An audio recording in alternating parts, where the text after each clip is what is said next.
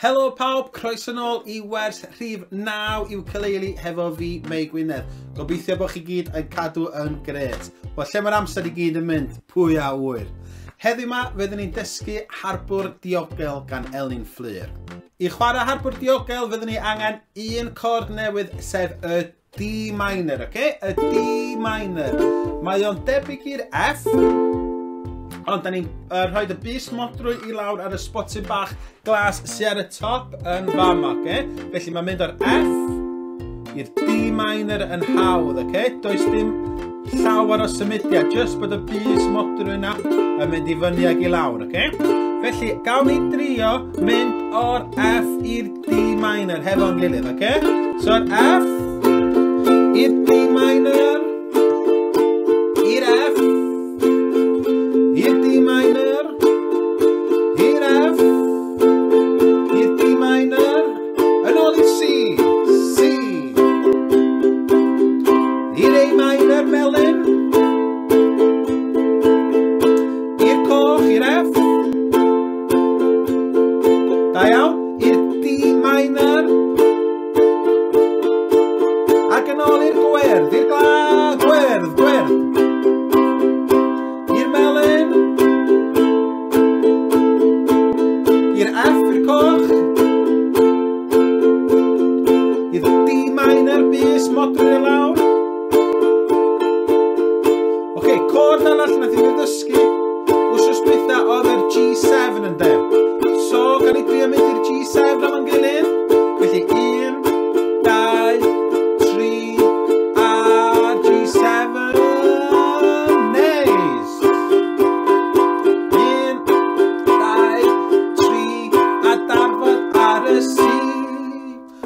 Oce, I ni fynd o'r F i'r G7. Mae'n eitha hawdd a symudiad eitha llefyn. Mae hwn yr pivot finger maen nhw'n I alw fo weithiau, oce?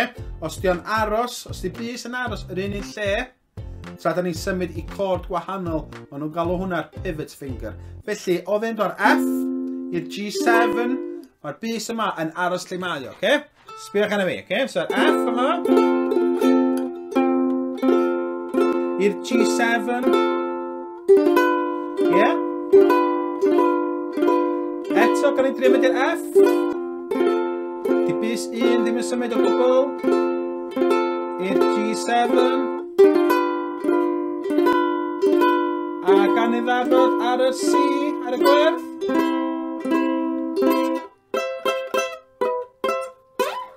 Felly, patrwm rhif 5, oce? Mae hwn ydy'r patrwm prysura sgynnon ni.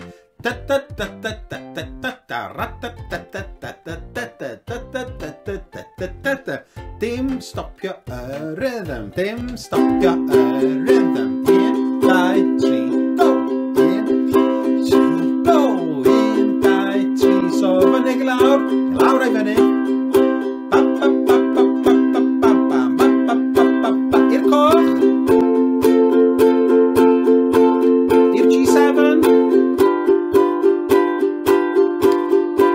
I'r gwerth.